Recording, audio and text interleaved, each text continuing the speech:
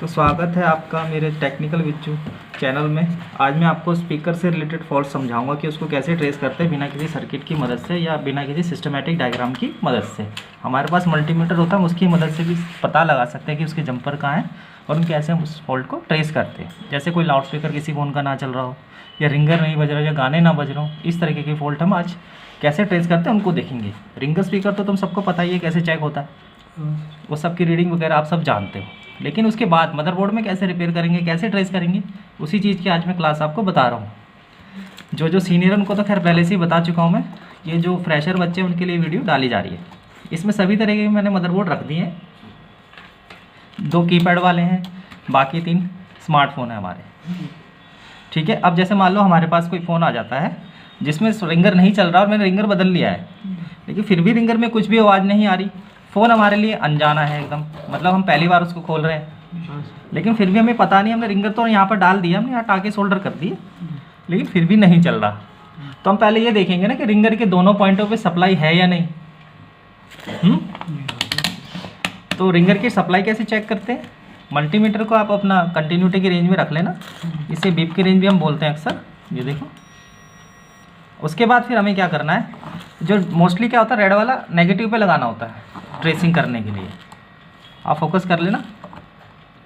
उसके बाद ये दोनों पॉइंट स्पीकर के देखो, इसमें देखेंगे हम कौन सा पॉइंट काम कर रहा है। नहीं, जिस पे रीडिंग आ रही है वो पॉइंट काम कर रहा है, यानी उसका जंपर ओके है, उसकी सप्लाई ओके है, इसकी भी सप्लाई ओके है। मैं खाली ट्रेसिंग के लिए इसको निकाल के रखा है। ठीक है, अब देख लो दोनों पे सप्लाई ओके, तो इसके बाद दोनों का जंपर ओके है।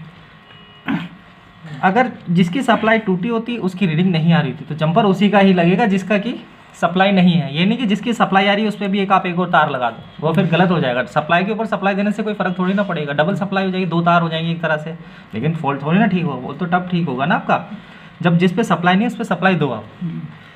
ज़्यादा सप्लाई हो रहा है आपकी आसपास के पुर्जों में होती है, इसमें मैं चेक करा के दिखा देता हूँ। जैसे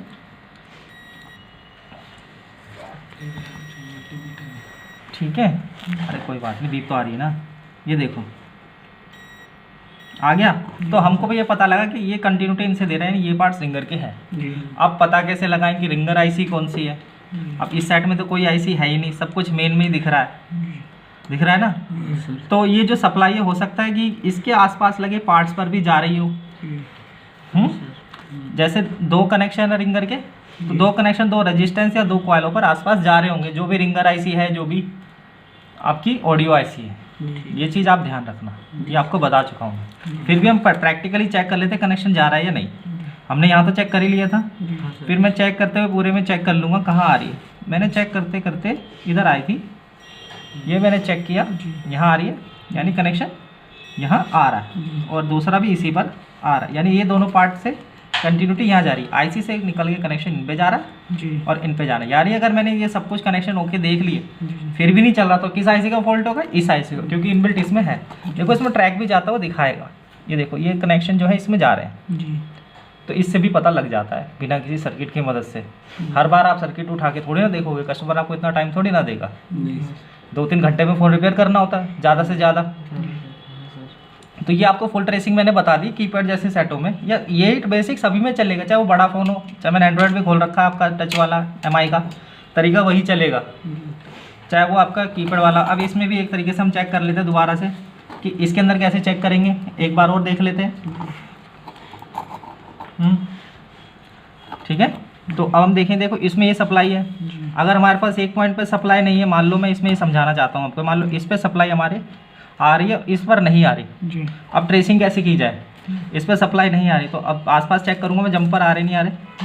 मैंने चेक किया, इसके इस तरफ जंपर आ रहे, देखो आ रहे। तो ये साइड तो इस तरफ जा रही है, तो अंदाजा ये रहेगा कि ये वाली साइड इस तरफ होगी जी। तो फिर हम जो जंपर है इस तरफ देंगे, क्योंकि ये वाला इस तरफ आ रहा है, देखो। तो जाहिर सी बात है कि ये वाला पॉइंट इस तरफ वाले जी, क्योंकि एक ही पॉइंट दोनों एक सेम कॉइल में थोड़ी ना जाएंगे दोनों पॉइंट। ठीक है, क्योंकि सप्लाई तो पैरेलल चलती है, अलग अलग लेफ्ट और राइट दोनों जाएंगी सप्लाइयाँ। तो ये आपका देखो, अब इसके अंदर रिंगर आईसी कैसे पता लगाऊं मैं? तो मेरे को वही तरीका अपनाना है जैसे मैंने पूरे बोर्ड में ट्रेस करना पड़ेगा, क्योंकि मैं रिंगर आईसी इसलिए ट्रेस कर रहा हूँ कि मैं रिंगर बदल चुका हूँ, जंपर भी ओके है, इसलिए रिंगर आईसी का पता लगाना जरूरी है। ठीक है, अब जैसे मैं इसको कर रहा हूँ और मैं चेक कर रहा हूँ पूरे मदरबोर्ड में, तो यहाँ पर आ गया। ठीक है, तो यानी ये सप्लाई हमारी इसमें जा रही है आपके। तो इसका मतलब ये हुआ हमारा ये मेन आईसी ही हमारी रिंगर आईसी होगी। सब कुछ ऑल इन वन ये हो गया। अगर रिंगर का फॉल्ट आ गया तो अब बंदे कहेंगे कि सर ये बाकी काम तो कर ही रही है ना। फॉल्ट यहाँ फंसता है कि देखो सिर्फ एक रिंगर नहीं चल रहा है, उसके लिए भी हमें मेन आईसी बदलनी पड़ रही है, यानी डायरेक्ट में काम हो जाएगा।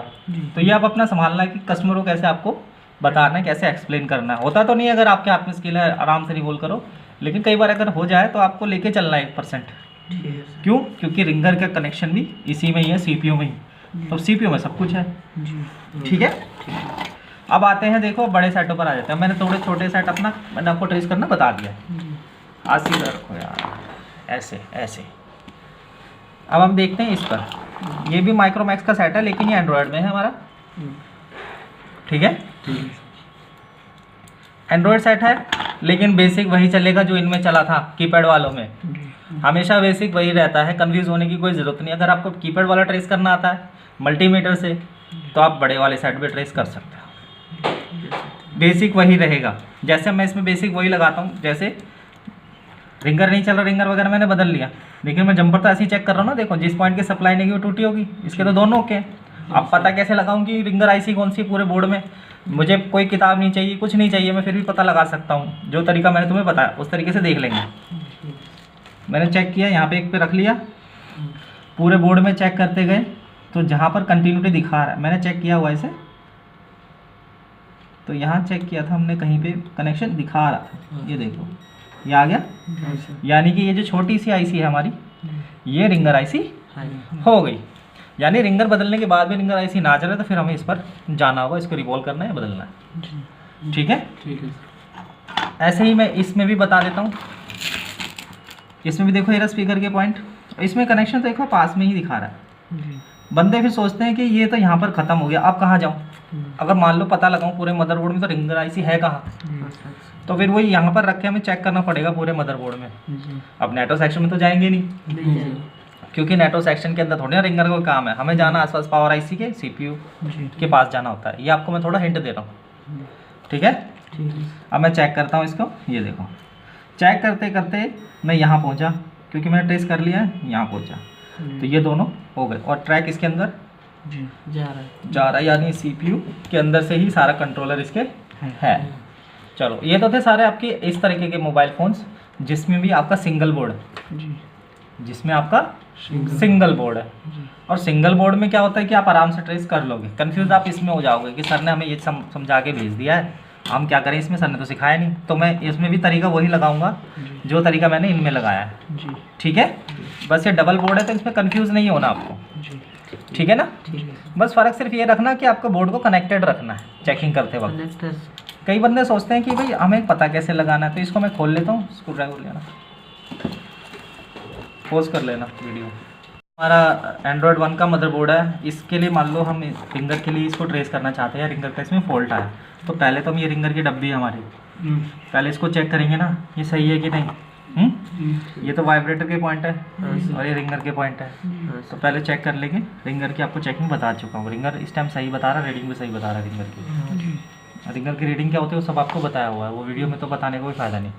ठीक है, अब ये आपका हो गया सही।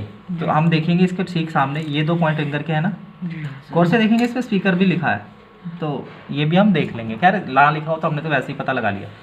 ठीक है, अब हमें इसको देखना भी, हमने रिंगर बदल लिया है, ये डब्बी हमने पूरी बदल ली, फिर भी नहीं चला। फिर हम देखेंगे मदरबोर्ड को, ये इसको कनेक्ट करा के रखना है आपने। मैंने अभी थोड़ी देर पहले भी आपको बताया है कि कनेक्ट करा के रखोगे जब भी तो कनेक्शन आएगा। नहीं तो नहीं आएगा कनेक्शन। अब ये कनेक्शन हो गया है तो अब इन दोनों पॉइंटों पे देखेंगे रीडिंग आ रही है नहीं, जैसे कि तरीका इनमें चला था। आपको ही पूरा एक ही मदरबोर्ड मानना है लगने के बाद, क्योंकि कनेक्शन तो हो ही गए, तरीका वही चलेगा। ठीक है ना भाई, सबसे बोल रहा हूँ। अब मैं एक अर्थ पे रख लेता हूँ और चेक करता हूँ रीडिंग आ रही है नहीं। देखो रीडिंग आ रही है, रीडिंग आ रही है, यानी इसमें जंपर का फॉल्ट तो नहीं है। अगर जंपर का फॉल्ट होता तो 1 पॉइंट की रीडिंग गड़बड़ बताता, या तो आती ही नहीं। कई बार ऐसा भी हो जाता है कि 1 पॉइंट अर्थ बताने लगता है, तो ऐसे में रीडिंग आवाज़ कम आती है। या तो कंपनी से ऐसा आया था वो तो नॉर्मल हुआ, लेकिन कई बार क्या होता है एक अर्थ हो गया, इसका मतलब क्या है कि वो जो जिस लाइन में उसमें कोई ना कोई कंडेंसर डार्ट लगा होगा वो शॉर्ट हो गया होगा। मान लो इस पे भी बता रहा था इसके 5 जोड़े कंडेंसर या फिर पीएफ शॉर्ट हो गए होंगे, उसकी वजह से ऐसा हो जाता है। ठीक है। वैसे तो ज़्यादातर लोग पता है क्या करते हैं, पहले बिना कुछ चेक करे इस बोर्ड को ही चेंज कर देते हैं, फिर बाद में कहते हैं अभी भी क्यों नहीं हुआ। तो ट्रेसिंग पहले ही आप कर लो, आपका खर्चा नहीं होगा। ठीक है। लेकिन माइक का फॉल्ट में मैं इसमें इसी वीडियो में क्लियर कर रहा हूँ। माइक के फॉल्ट में क्या होता है, अगर आप माइक बदल लो तो माइक में रिकॉर्डिंग होती है लेकिन आवाज़ जाती फिर भी नहीं है, तो एक बार नीचे का बोर्ड जरूर बदलना, क्योंकि वो नीचे का मदरबोर्ड में ही खराबी आ जाती है कि माइक आप कितने ही बदल लो, माइक रिकॉर्ड तो करवाएगा लेकिन बातचीत नहीं करवा पाएगा। तो नीचे का बोर्ड आप डाल लेना, उससे वो ठीक हो जाता है फॉल्ट। ये प्रैक्टिकल नॉलेज के हिसाब से बता रहा हूँ क्योंकि हमारे साथ भी ऐसा होता है। ठीक है।